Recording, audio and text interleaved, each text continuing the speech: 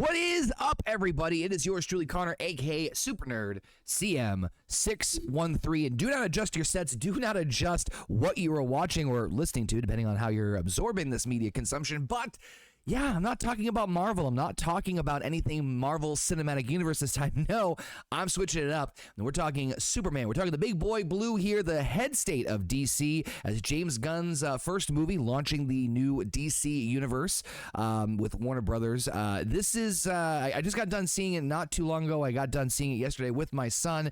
And let me tell you guys something right now. We've got ourselves something special. It's not just good, it's fun, it's heartfelt, and it gets what Superman is supposed to be about. It tells a complete story about Clark Kent that actually has emotional weight to deliver some killer action and still leaves the door wide open for the entire future of the DCU. Is it perfect? No. I'm going to nitpick it, especially on the pacing side a little bit here. But overall, the movie feels like a sincere, passionate love letter to Superman. And more importantly, it sets the tone for what a hopeful, well-rounded superhero movie should be.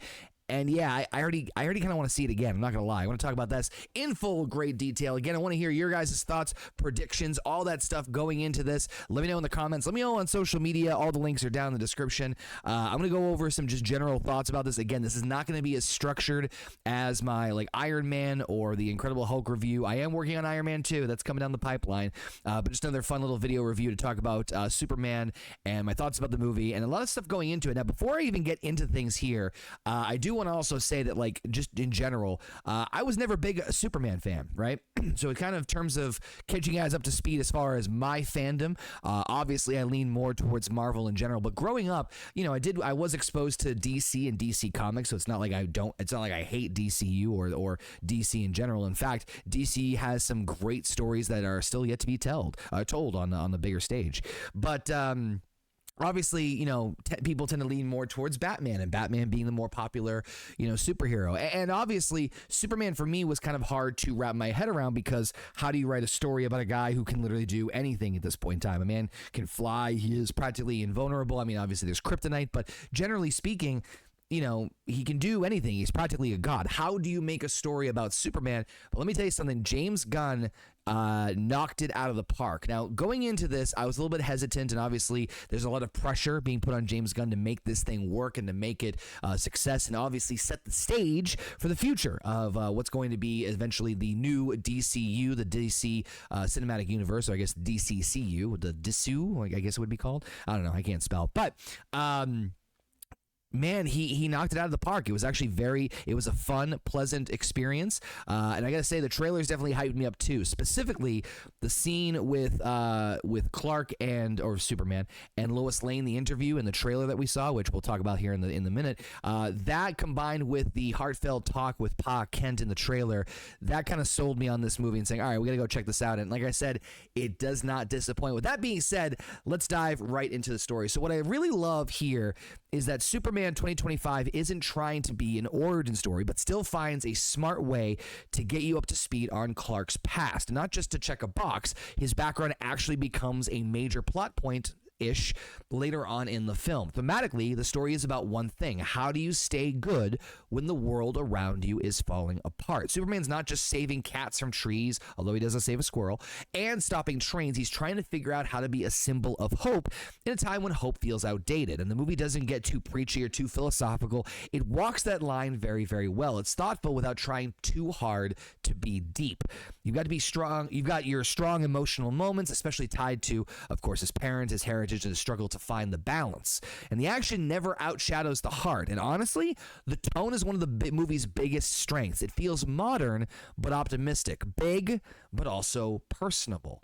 Now, let's talk about the characters themselves, because I do want to talk a little bit about each individual character as much as I possibly can. And trust me, there's a lot of them. At first, I was worried, honestly, about the supporting cast might stealing focus away from Superman, but honestly, they actually do the opposite. They enhance everything around him. So let's go ahead and break this down here. So first and foremost, let's talk about Superman himself. Superman, Clark Kent. Obviously, it's hard to beat the GOAT. I think a lot of us, Christopher Reeves still is holding that mantle for a lot of people as being the Superman, or maybe you have your own personal favorite. Let me know in the comments if you guys had a preferred preference or your favorite Superman. Maybe Reeves, maybe Tom Welling, somebody else. Let us know your thoughts in the comments. But I got to say that David Cornsweet brings real depth to Clark.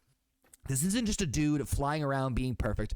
He struggles. He doubts. He feels the weight of being Superman, but he still chooses to be kind, to believe in people, and take responsibility even when it's not easy. He's not a god looking down. He's a man trying to lift the world up with him, and that's what Superman is all about. He does a very good job of really balancing the Clark Kent and Superman personas. And, you know, I've actually talked to friends about this numerous of times, about the idea of, you see this a lot more so in Batman than you do in Superman, because obviously there's been more Batman films.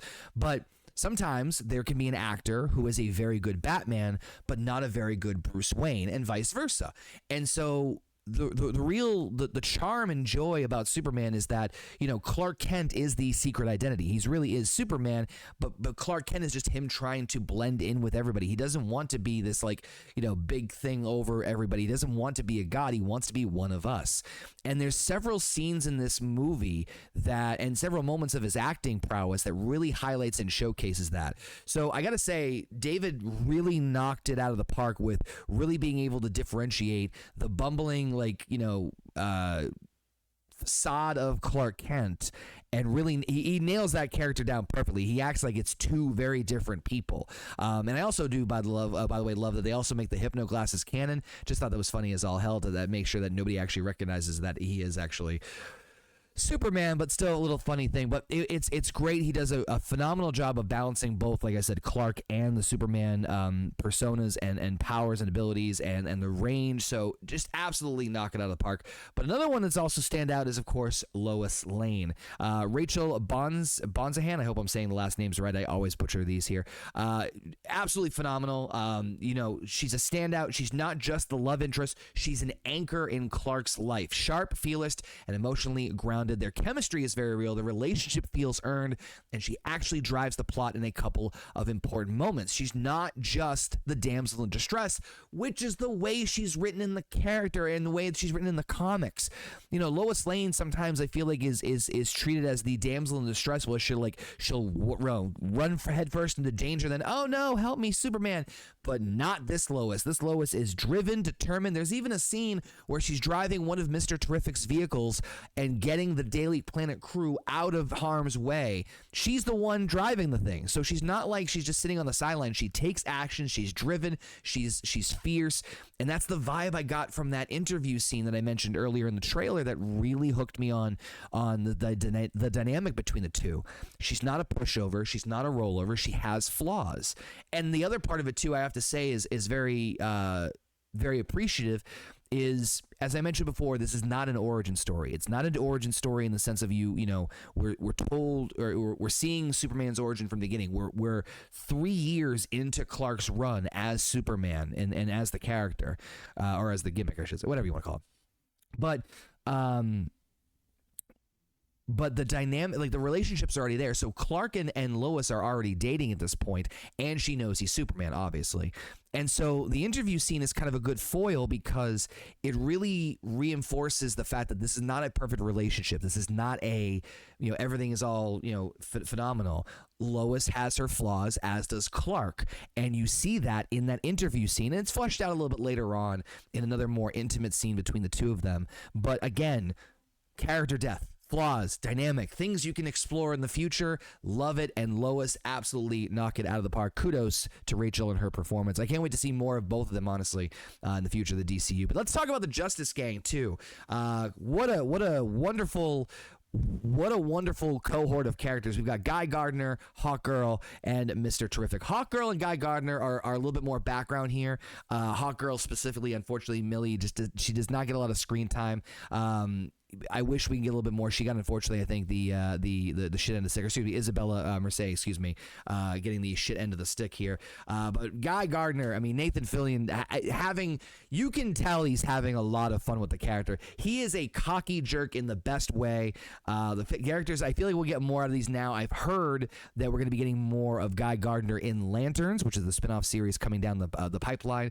I'm looking forward to seeing that. Nathan Fillion did a great job of being an absolute, like, just Green Lantern asshole, and absolutely love the dynamic of it. However, the MVP for the Justice Gang is definitely Mr. Terrific. Wow, I love this character so much.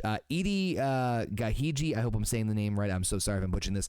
Knocking it out of the park as Mr. Terrific. He's clever, composed, adds surprisingly a ton of personality in a character that really doesn't have like a lot of range, right? Mr. Terrific is very logical, cold, calculated, at least from what I've seen or know of him from the comics. But I'm also going to say this: he reminded me a lot of Shaft. I got a lot of Shaft vibes from Mr. Terrific, and I am all for it. In fact, as of this recording, there is some rumors that potentially James Gunn and or DC might want to explore a Mr. Terrific solo movie. And let me just say this: sign me up. I'm very interested and very I want to see it. But anyway, Terrific's dynamic with everybody was refreshing, and I really hope we do see more of him in the DCU. I got to give love to Ma and Pa Kent. They don't really focus a whole lot of time on them, but there is some somber moments that when you have all the crazy action going on with the Superman movie where it just feels like the pacing is a little bit like, oh, there's a lot of big stuff going on. Ma, Pa Kent are a great foil where it helps slow things down and reminds you, or rather Clark reminds you the importance of his character, the struggle, and who he is as a person and as a character, and his morals and convictions. The whole it's who you are, it's your actions, that's what makes you who you are. That speech again that we saw in the trailer really reinforced with Ma and Pa Kent. Again, not a lot of screen time, but their scenes were very impactful, and the actor, the actor and actress who played the Ma and Pa Kent, I don't have their names in front of me. Phenomenal performance. Again, very minor, but I love the authentic Kansas accent, which I heard James Gunn actually reach out to somebody's parents to have them leave him a voicemail to get the accent right. But just good stuff, and just I want to give us some love because that really was a big part of the heart of the movie, in my opinion, was Ma and Pa Kent's scene. But let me just tell you guys right now, another MVP for the movie, Nicholas Hoult. Man, absolutely phenomenal performance as Lex Luthor. There's a few people and characters, honestly, in this movie that really steal the show, in my opinion, or really grab your attention. Nicholas Hoult as Lex Luthor. I give this man his flowers. Lex is phenomenal. His presence is absolutely felt. You can tell he's being built up for another bigger role down the line, and clearly this is not going to be the last time we see him. He's mentioned obviously multiple times. His fingerprints are on everything. He's the primary antagonist. For the most part, he's working in the weaves. One thing that I really, really, really love about Lex's character, or the way he's portrayed in the movie, is that Lex is extremely intelligent. He is a very, very smart, calculated business strategist, and it shows. There's a lot of scenes in this where he has obviously his henchman with Ultraman, and and his I'm trying to remember the name of the group that he had here, but he has obviously his resources and whatnot, so he's a formidable ally and a formidable opponent against Superman. But the thing I love more than anything else is that they clearly establish his bias and hatred towards Superman. He's like, metahumans are one thing, but I just hate Superman itself, which makes sense. But more importantly, and without getting into too much spoiler territory, there's a scene later on where there's something going on, and intelligently, logically, your thought process is, okay, you need to shut it down or stop what you're doing. But Lex is like, nope, we need to go press on because I need to kill or go after Superman and take him out. And the reason I like that so much is because it once again reemphasizes a flaw in Lex. Extremely intelligent, brilliant level mastermind, but his envy, jealous, and rage of Superman towards Superman will ultimately overshadow him and cause his downfall, which is exactly what happens later on in the film. But man, Nicholas, give him this flowers, absolutely phenomenal. I also want to do really a quick shout out to the Daily Planet crew as well. And again, something I've also heard that coming out of this movie, we might see some spinoffs of the Daily Planet. We saw some phenomenal performances from Skyler as Jimmy Olsen. Jimmy Olsen has so much riz in this movie. It's kind of ridiculous. In fact, it's a plot point. It's actually something that helps move along the plot at some point in time. Again, just a really, really fun little moment there. But also, got to give some love to Maria Gabriela De Fara as the engineer. Great action sequences with her and Ultraman against Superman. So good stuff overall there. Now, quick little, some light spoilers. We're going to talk about 3 specific cameos that took place in this movie. First one was Jor-El. We did see Jor-El played by Bradley Cooper, of all people. Rocket Raccoon makes a brief cameo appearance as the holographic version of Jor-El. Again, going back to how they interwove his origin story into the movie starts with with Superman basically being recovered and healing in the Fortress of Solitude. The scene is online on YouTube for free. You can check it out. And during that, his parents' origin story, or the message in the ship where he crashed, was played as the robots that are healing him, saying it helps soothe Superman. So what I like about this is that, like, Superman's healing, and so it's kind of background music in the fodder, or background thing going on, and you split your focus between seeing Superman get healed while also hearing the message at the same time. And it's kind of like the duality of, like, 2 things are happening at the same time, but you're able to absorb the information from each. And I like that because, again, if you've heard the origin story, you can, okay, like, I'm good. And you're focusing on Superman's healing. But otherwise, it also still adds to it and, again, keeps the flow going and keeps things moving along and pushing along. And, again, so it's just something a little bit different. And, again, modern mixed with old school. But another surprise cameo at the end.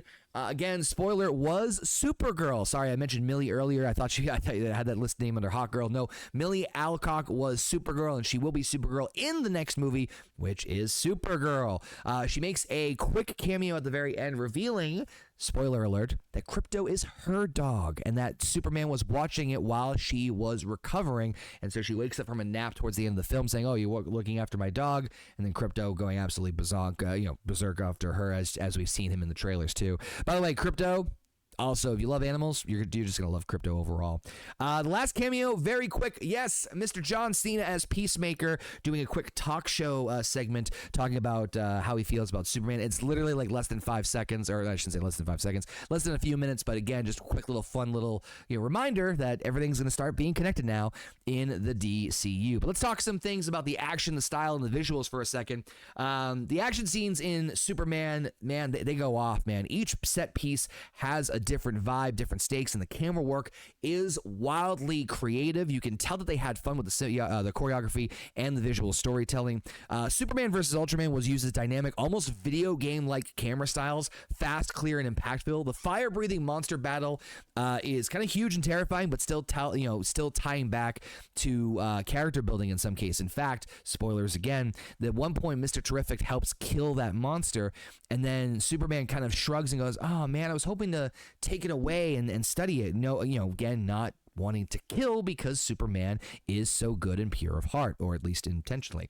And Mr. Terrific jumping in to help. The whole sequence had me leaning forward in my seat. Visually, the movie looks more like a comic book in motion, in all the best ways. Bright, bold colors, clean effects, costumes that pop without looking too silly, and things that, this looks like it's coming right out of the comic book. It looks that way in a positive light. Not like Ang Lee's Hulk where you had panels and stuff, but it definitely felt like it definitely felt a very comic book movie, but I mean that in all the best ways possible. But let's talk about a couple things here. Let's talk real fast about the overall future of the DCU and the bigger picture. What does Superman mean for the DCU going forward? If this is the tone James Gunn is setting for the entire DC universe, if it is, I'm in. I'm all the way in. One thing I think that a lot of us, and I'm the first one to admit this, that we were worried about in terms of James Gunn, or really anybody taking the seat or taking the helm of DCU, is seeing that same style rippled throughout everything, right? And this isn't a reflection of James Gunn. I like James Gunn a lot. I loved what he did with Guardians. I loved what he did with Suicide Squad. I'm a general fan of his work, and I think he's a very, very good director and writer and creator and filmmaker. But obviously, when you see a lot of films and filmmakers, you start to see styles and things that take place that, that's a calling card of that director or whatever have you. And so obviously seeing like even Creature Commandos, which was the animated series at the beginning of the DCU, last year, Gunn has a certain style. He has a certain way of presenting things. And that's the same with any director. So the worry was, are we going to see what we saw in Guardians, what we saw in Suicide Squad, what we saw in Creature Commandos, are we going to see that in Superman? Specifically, I think for me anyway, the ensemble of characters, right? Again, the Justice Gang being in the background. I share that same initial worry going into it that like it was going to be more of a team movie and not really focusing on Superman. But I am absolved of that fear. That fear is no longer existing. That fear has left the building, and I'm very happy with the way it turned out. The supporting the characters in the background were, as I mentioned before, a great setup where it helped as a foil to Superman to help move things along and remind and or conflict with his character development, but at the same time also leaving the back door open creatively if DCU wants to explore that as an option. And really, I think that's the best way to approach it, was like going with it with loose ideas of something in the future. There's obviously the idea of a Justice League coming down way down the pipeline, but not having anything like concrete where you're like, oh, we got to go in this direction now. You're able to loosely pivot depending on how the audience reaction, what works and what doesn't work. Wrestling does it quite frequently, folks. It's not a bad idea to not have to plan out so far. But anyway, this movie tells its own story, but drops enough hints to get the fans super excited. Again, Lex Luthor being positioned as a big puppet master and having a lot more deeper connections. I mean, heck, there's even an organization, I'm trying to remember the name of it, Free Planet or Planet Free, that Lex makes that they could allude to later on in the future, almost like a version of like, Ace Ace Labs or something like that, where you're world building other possible things that could be interconnected. Obviously, the Justice Gang is a precursor to the Justice League. They have a Hall of Justice, and again, not jumping right into an origin of this is how it starts. We've already established certain things at this point, but the Justice Gang being the pregame, if you will, the layup to eventually what will be the Justice League. Obviously, Supergirl being the cameo at the end, and Peacemaker with tie-ins to the DC TV shows are going to be fun. Now, obviously, the interesting part, too, is the mid and post-credit scenes. And I got to say, I'm happy. I'm happy with the mid and post-credit scenes, because I don't know about you guys, I am sick to death of post-credit scenes being like the big thing that everybody like scrambles for, where it's the hint of the next big thing. Marvel has beaten that trope to death to the point where I'm sick of it. So two just like cute little scenes at the end, one being Superman and Krypto looking over and just kind of, looking over the planet, and then the other one, Mr. Terrific and Superman looking over at a cracked building after the giant ending battle. It's really all you need. I don't want anything set up yet. Let things breathe. Let's see how it play out, and let's see how the fans react and what they are interested in more of. And I gotta say, there's a lot of things from this Superman movie that I would love to see spin-offs of. As I mentioned before, Justice Gang, Mr. Terrific, give me some of that. Give me a Daily Planet TV series. I would love to see the Daily Planet crew go after it. But overall, final thoughts on the movie in and of itself. Superman to me is definitely a strong movie. One of the best movies I've seen in a long time. And I had high rankings of Thunderbolts, and Thunderbolts is definitely up there for me. But Superman really, it delivered and then some. I was worried going into it with the idea of, so much hype to it and seeing a lot of positive reviews, like really high positive reviews. But I got to tell you, folks, the hype is definitely real. Superman to me is a strong 9 out of 10. Great Superman character arc, creative action and direction, amazing balance between heart and spectacle.